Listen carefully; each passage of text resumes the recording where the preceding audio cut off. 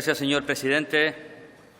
Señor consejero, solicitábamos esta comparecencia hace ya, yo creo que un mes y medio aproximadamente, para conocer, ante la llegada de migrantes a las costas canarias, el trabajo que desde el Gobierno se está llevando a cabo, las relaciones con el Estado e incluso con la Unión Europea, como tendré ocasión a lo largo de la comparecencia interesarme en los distintos ámbitos, pero evidentemente le corresponde al Consejo de Canarias liderar en aquello que es su competencia y evidentemente pues también el marco de relaciones con otras administraciones, con otras entidades.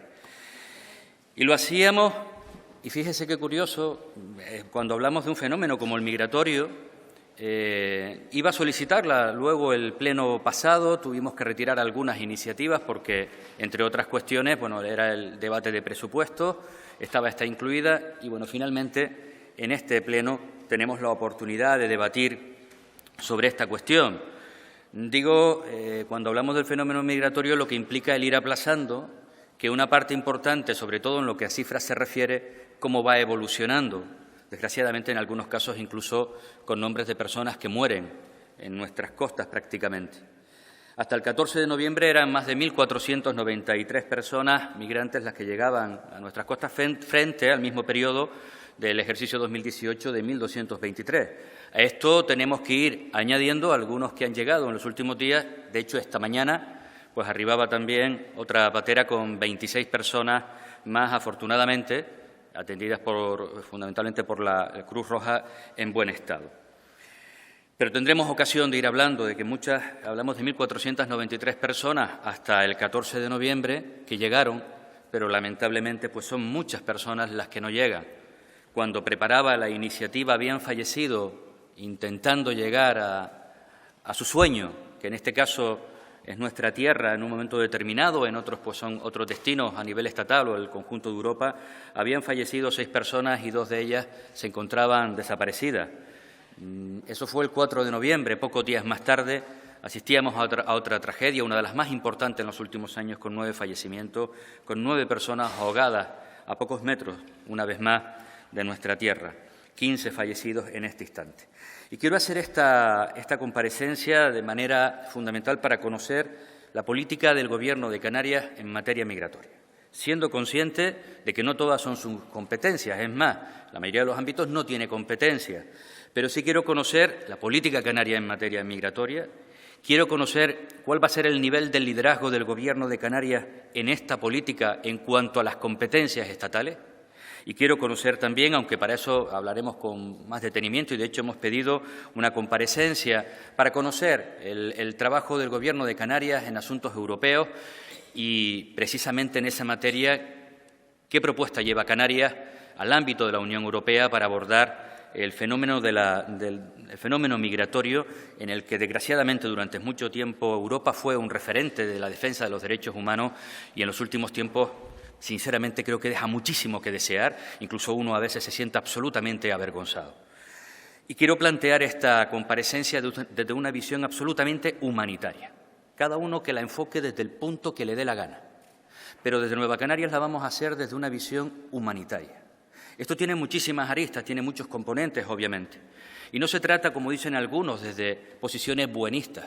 Somos conscientes de que es un fenómeno complejo, difícil, pero somos conscientes de que en el fondo no dejamos de hablar de personas que en la mayoría de los casos arriesgan sus vidas, las de sus hijos, las de sus bebés en muchas ocasiones, para intentar alcanzar un mundo mejor. Por tanto, vamos a hacer un abordaje en todas sus variables, cuándo llegan, el fenómeno, cuando están en nuestra tierra, cómo les acogemos, durante su traslado, con el componente de riesgo que conlleva y, por tanto, el CIBE en esto es un elemento fundamental, y sobre todo también cuando salen, los elementos en origen que provocan que la gente arriesgue sus vidas y qué política vamos a impulsar ahí. Por lo tanto, a lo largo de la comparecencia, sobre todo en mi segunda intervención, señor consejero, esa visión humanitaria, acogida, travesía y la salida en destino, la situación del CIBE, de los centros de internamiento vergonzosos hasta ahora y los centros de acogida, la situación de los menores extranjeros no acompañados, las gestiones con el Estado, la política en origen, como decía antes, y también desde el punto de vista de educación, sensibilización a nuestra sociedad para ser una sociedad de la que sentirnos orgullosos cuando hablemos de este tema. Empiezo por donde terminaba el portavoz del Partido Socialista en esta materia, esa política integral. Yo no creo solo en políticas sociales para abordar esta cuestión, porque estaríamos abordándolo desde la perspectiva de cuando ya están aquí. De hecho, tuvimos un debate el otro día sobre quién debía de intervenir, si desde los derechos sociales, hacia la Consejería de Derechos Sociales, si desde el ámbito de presidencia, es decir, una vertiente exclusivamente de seguridad. Es decir, estábamos en ese debate. Yo le planteaba, es que podrían intervenir todos los miembros del Gobierno, porque esto lo entendemos desde una visión absolutamente transversal e integral, o estamos errando el tiro. Voy a empezar por el origen. Lo decía al principio, cuándo salen, en su traslado y cuándo llegan. Y ahí Canarias debe ser absolutamente relevante a través de sus políticas, teniendo claro cuáles son sus marcos competenciales. Pero donde no me alcanza la competencia, a lo mejor me alcanza la voz, la energía y el liderazgo para ir a donde toca y decir qué es lo que hay que hacer. Desde la perspectiva humanitaria siempre, cuando salen, ¿por qué se arriesga la gente a perder la vida? Porque lo ha perdido todo y porque no tiene nada que perder allí donde está. Si no somos capaces de entender esto, hemos errado el tiro otra vez. Cuando ya no tienes nada que perder, da igual, y a partir de ahí es donde inicias un proceso de esperanza, pero donde eres consciente de que en el camino puedes dejar tu vida y la de los tuyos. Daba un dato relevante, 6.000 millones de euros a Turquía. Yo desconozco los miles de millones que se le pueden estar dando a Libia y conocemos algunos de los datos que se dan a otros países como Marruecos, que, por cierto, utiliza la política migratoria también en función del estado avanzado en que puedan estar las negociaciones para determinados elementos, llámese pesca o agricultura, y ni le cuento para la ocupación ilegal de territorios como el del Sáhara. 6.000 millones en Turquía y miles de millones en Libia para que actúen como matones, para que actúen como policías, no frente a las mafias, que yo estoy de acuerdo en que una parte de ese dinero debería destinarse a eso, sino a aquellos que huyen de la guerra, que huyen de condiciones de pobreza y que en ocasiones huyen de otras mafias asociadas a la inestabilidad en que se vive. La política europea, por tanto, es una política absolutamente errónea y, si me apuran, una política miserable.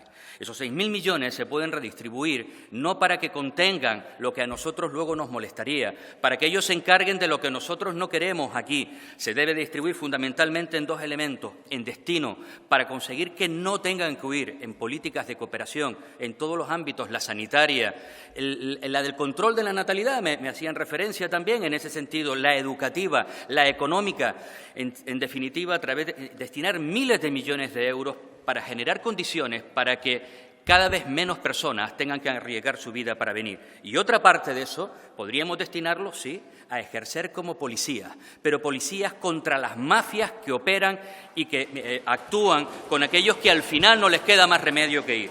Claro que utilizamos algunas recetas que para determinadas personas o partidos políticos pueden parecer populistas, demagógicas, buenistas. Otros, su receta es pactar con la extrema derecha, que ya sabemos cuáles son sus políticas. Yo creo que hay que ser coherentes, seamos coherentes todos, aquí y en otros lados. En definitiva, eso entiendo que debe ser uno de los elementos esenciales allí, donde se produce el problema que hace que tengan que arriesgar sus vidas. A partir de ese instante, se produce otro elemento fundamental, el traslado de donde están hasta lo que consideran el lugar donde pueden solucionar una parte importante de sus vidas. En este caso, para muchos, es Canarias. Y ahí es verdad que el CIBE juega un papel fundamental. Claro que es un papel fundamental, pero no es el único papel, no es el elemento donde tenemos que intervenir exclusivamente, pero sí que hay que intervenir. Y hay que exigir al Gobierno estatal que funcione de manera efectiva. Lo de Lanzarote ha sido un claro ejemplo de que si las cosas se empantanan en el tiempo, elementos determinantes como el CIBE, que algunos los interpretan como elementos de detección para poder pillarles y, por tanto, a partir de ahí, luego llevarles a los centros de internamiento. El CIBE se concibe de una manera distinta. El CIBE salva vidas. Si somos capaces de detectarlos a tiempo, probablemente cuando están llegando a nuestras costas podemos acogerles en ese primer momento y a partir de ahí luego las medidas que toquen. Y ahora hablaré de ellas cuando hablemos de los CIBE. Pero los CIBE son un elemento absolutamente fundamental. Llegan a nuestra tierra, la acogida. Yo quiero reconocer, además de muchísimos voluntarios, a todos los cuerpos y fuerzas de seguridad que trabajan en este ámbito, pero me van a permitir que de manera muy especial a la Cruz Roja, porque realiza una labor excepcional. A ayuntamientos que a pie de calle, en muchas ocasiones a través de sus servicios sociales, ahí están en ese primer elemento de acogida conjuntamente con Cabildo. Pero hay un elemento, desde mi punto de vista, que tenemos que tener claro, y creo que Canarias debe liderar ese proceso. Los CIE son una aberración, porque una cuestión es para lo que se crean y otra es lo que se terminaron convirtiendo. Cierto es que poco a poco hay una transición en la mejora de las condiciones. Se convirtieron en cárceles opacas. Los CIE responden más a una visión de la política migratoria, esa visión europea deshumanizada, racista, hipócrita. Es una cuestión que tenemos que abordar con dureza y con energía y contraponer claramente. No es racional que se prive de libertad a personas que no han cometido delito. Son faltas administrativas el no regularizar tu residencia en el Estado español. Y si fruto de eso, con posterioridad, cabe tu expulsión, no debes detener a esa persona.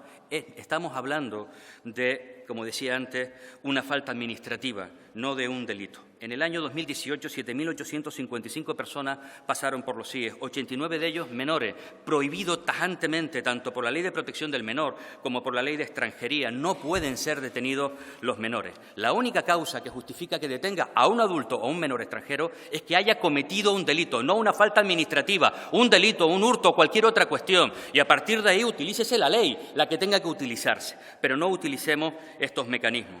Decía que el internamiento de personas extranjeras es una aberración jurídica. La privación de libertad, la sanción más grave en nuestro ordenamiento jurídico democrático, se utiliza, sin embargo, como instrumento de política migratoria, no ya para sancionar una conducta, sino para garantizar el cumplimiento de esa sanción administrativa, como es la expulsión. Por tanto, creo que este es un elemento de reflexión en el que tenemos que liderar cuando vayamos a hablar al conjunto del Estado español. Y quiero hablar también de los menores extranjeros, y digo nuestros menores. Muchas gracias, señora presidenta. Nuestros menores extranjeros no acompañados, esos niños y niñas que llegan solos a nuestra tierra en busca de un mundo mejor y se encuentran con la criminalización en ocasiones de una parte de la sociedad fundamentalmente alimentada por mensajes de odio, de rabia, de xenofobia por parte de algunos.